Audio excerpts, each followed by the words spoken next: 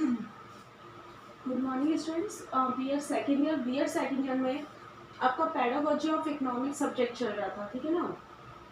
इस सब्जेक्ट में जो मैं आपको टॉपिक पढ़ा रही थी वो पाठ्यक्रम पढ़ा रही थी, और पाठ्यक्रम का मैंने आपको बताया था कि वे सभी प्रकार के विषय शामिल किए जाते हैं जो बच्चों को व्यवहारिक ज्ञान प्रदान करते हैं, या बच्चों को, छात्रों को अपने लक्ष्य की ओर अवगत होने के लिए, या लक्ष्य अगर प्राप्त करने हो तो वह जिस मार्ग को अपनाते हैं वह मार्ग क्या कहलाता है? पाठ्यक्रम कहलाता है, जिसके अंदर सभी विषयों का समावेश होता है। अब मैं आपको आज टॉपिक ले रही हूँ माध्यमिक एवं उच्च माध्यमिक स्तर पर अर्थशास्त्रीय पाठ्यक्रम का आलोचनात्मक मूल्यांकन, क्रिटिसाइज। इसका मतलब ये होता है कि हम देखते हैं कि पाठ्यक्रम में, अभी के पाठ्यक्रम में भी हमें बहुत सी त्रुटियां दिखाई देती है। मतलब ये माना जाता है कि जो पाठ्यक्रम है वो परफेक्ट नहीं है, कुछ ना कुछ मिस्टेक्स की वजह से बच्चे क्या करते हैं, अपने लक्ष्य की ओर नहीं पहुंच पाते। तो उसके अंदर कुछ चेंजेस भी हमें करने चाहिए, और क्या प्रॉब्लम्स है वो भी मैं आपको बता रही हूँ कि एक तरह से क्या क्या परेशानियां इस पाठ्यक्रम के अंदर आती है। तो जो पहला नंबर है वो है सैद्धांतिक पक्ष पर बल।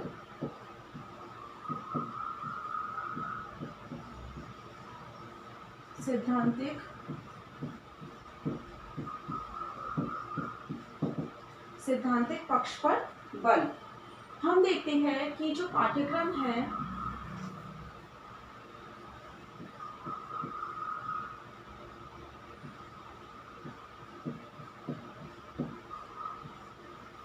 सैद्धांतिक पक्ष पर बल, हम देखते हैं कि अभी वर्तमान में जो पाठ्यक्रम है उसपे सिद्धांतों पर बल दिया गया है, ठीक है। मतलब ये माना जाता है कि पाठ्यक्रम में व्यवहारिक रूप का कोई दर्जा नहीं है। तो अगर बच्चों के अंदर व्यवहारिक रूप भी नहीं आएगा, व्यवहारिक जीवन से उसको नहीं जोड़ सकेंगे, तो बच्चों को वो चीज़ें समझ में नहीं आएगी। अब बात आती है कि सैद्धांतिक पक्ष पर सिद्धांत अगर उसके अंदर पाठ्यक्रम में मौजूद है, तो ये वजह आती है कि जो छोटे बच्चे होते हैं, छोटी क्लास के या प्राथमिक स्तर के जो बच्चे होते हैं, उनका माइंड इतना तीव्र नहीं होता, या उनका आईक्यू लेवल इतना शार्प नहीं होता कि वो अपने सभी जो व्यवहारों को, जो मतलब उनके ज्ञान जो उन्हें मिलता है, वो सिद्धांतिक रूप से याद कर पाए। अगर उन्हें सिद्धांतों के या नियमों के माध्यम से ही हम क्या करेंगे, ज्ञान अर्जित करवाएंगे, तो वो बच्चों को समझ में नहीं आएगा। तो वहाँ उस जगह किसकी मतलब उपयोगिता महसूस की जाती है? व्यवहारिक जीवन की, कि बच्चों को सिद्धांतों के साथ साथ व्यवहारिक जीवन की शिक्षा भी प्रदान करनी अनिवार्य है।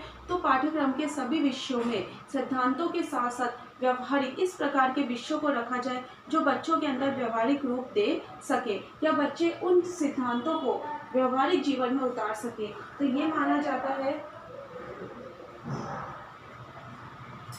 कि ये ना, विद्यालय में उनकी बुद्धि परिपक्व नहीं होने की वजह से वो सिद्धांतों को नहीं पढ़ पाते, तो उनके लिए व्यवहारिक शिक्षा का होना अत्यंत आवश्यक होता है। तो संक्षेप में ये कह सकते हैं कि पाठ्यक्रम में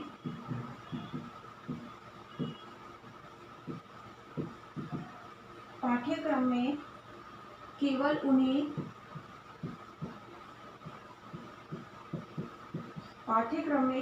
उन्हीं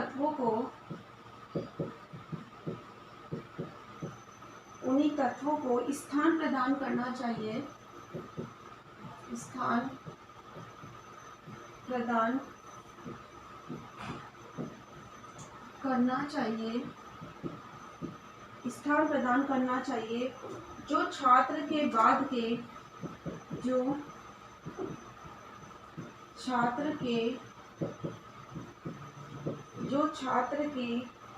के जीवन में उपयोगी सिद्ध हो,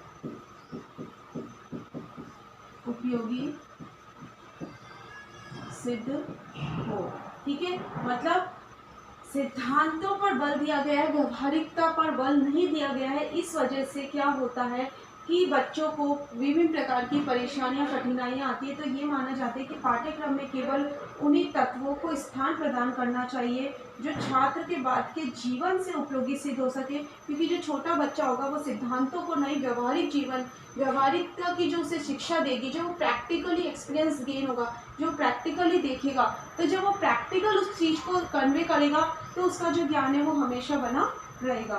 फिर इसके अंदर नेक्स्ट पॉइंट आता है सेकंड नंबर का, अमनोवैज्ञानिक पाठ्यक्रम, अमनोवैज्ञानिक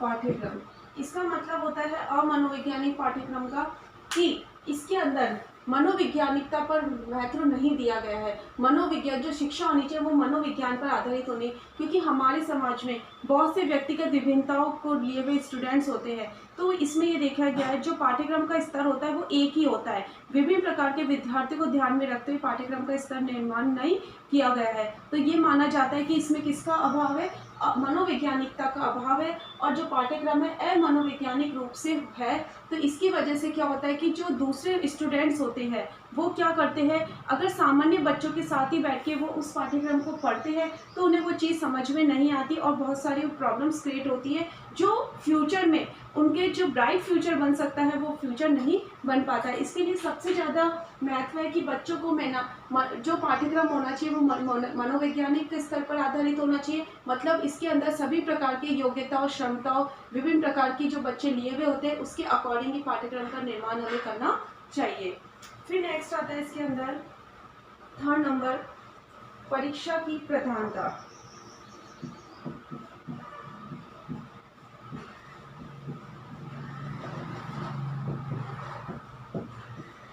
परीक्षा की प्रधानता माध्यमिक स्तर में क्या होता है कि माध्यमिक स्तर के पाठ्यक्रम में परीक्षा की प्रधानता को बहुत अधिक महत्व दिया गया है। मतलब अगर बच्चे ज़्यादा से ज़्यादा बहुत ज़्यादा क्या करते हैं, उनको एक टेंशन होती है कि एक उनका कंप्लीट हुआ उसके बाद क्या किया जाता है, उनका एग्ज़ाम हो जाता है, फिर कंप्लीट हुआ फिर एग्ज़ाम हो जाता है, लास्ट में बच्चा वहाँ तक पहुँच जाता है।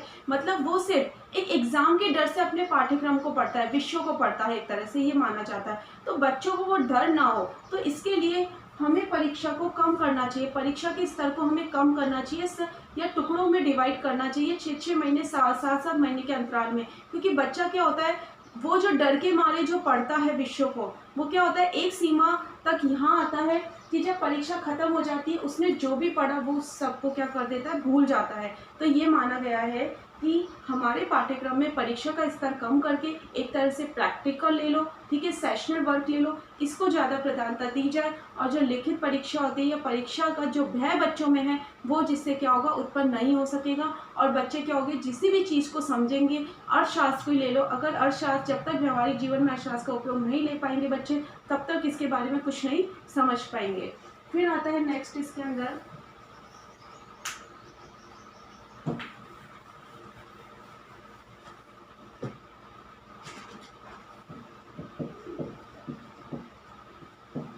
जीवन से असंबद्धता।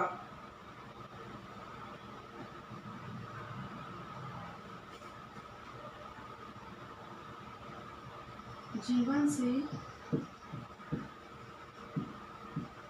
असंबद्धता, इसका मतलब होता है कि अर्थशास्त्र का जो पाठ्यक्रम है वो भी जीवन से संबंधित नहीं है, जिसकी वजह से क्या होता है कि बच्चे पूरी की पूरी अर्थशास्त्र की बुक पढ़ लेते हैं, उसके बाद भी उन्हें मार्केट के अंदर या ये मान लो कि अर्थशास्त्र के बारे में, अर्थशास्त्र मतलब आर्थिक व्यवस्था के बारे में, हमारे देश में जो भी आर्थिक व्यवस्था होती है उसके बारे में वो अवगत नहीं हो पाते।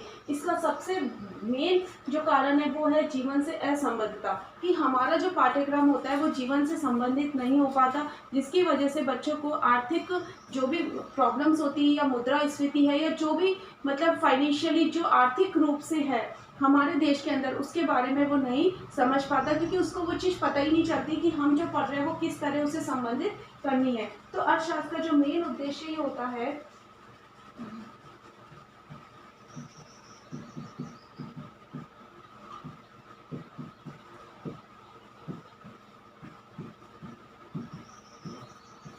जो अर्थशास्त्र का प्रमुख उद्देश्य होता है वो ये होता है अपने देश के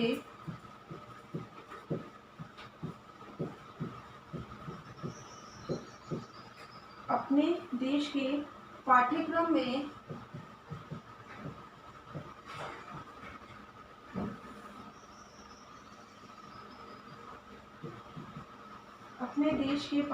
में केवल विभिन्न आर्थिक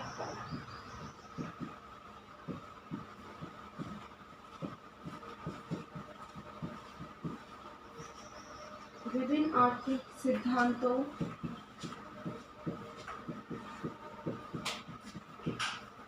सैद्धांतिक पक्ष की जानकारी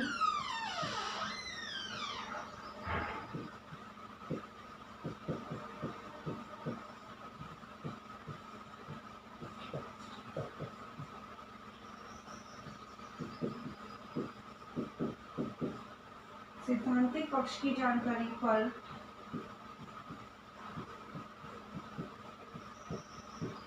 बल दिया जाता है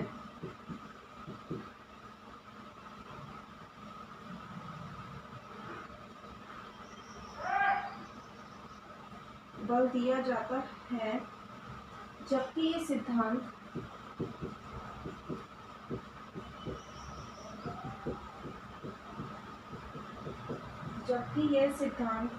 दूसरे देशों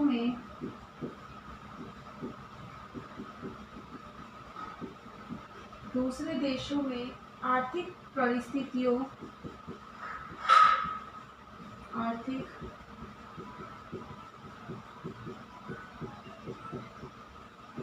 परिस्थितियों में के आधार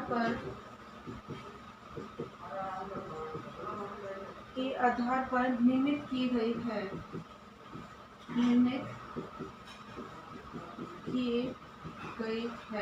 मतलब अर्थशास्त्र का प्रमुख उद्देश्य क्या है कि हमारे समाज में बच्चों को जीवन से संबंधित होना सिखाना चाहिए।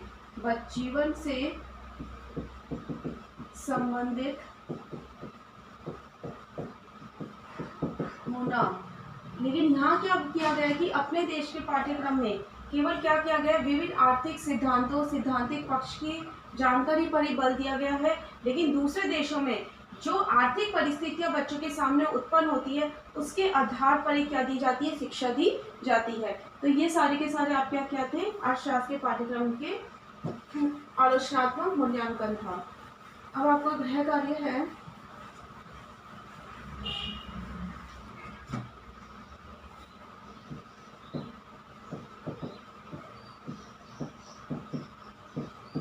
माध्यमिक एवं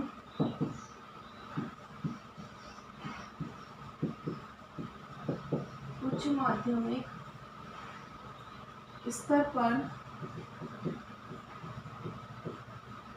अर्थशास्त्र के